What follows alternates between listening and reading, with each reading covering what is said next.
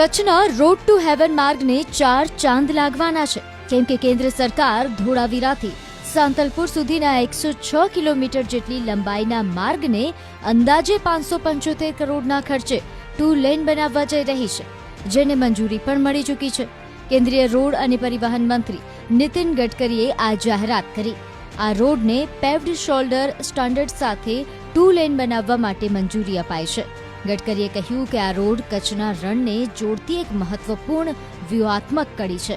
આ પ્રોજેક્ટ કચ્છના અંતરિયાળ વિસ્તારો સાથે ગુજરાતના બાકીના ભાગોને જોડે છે.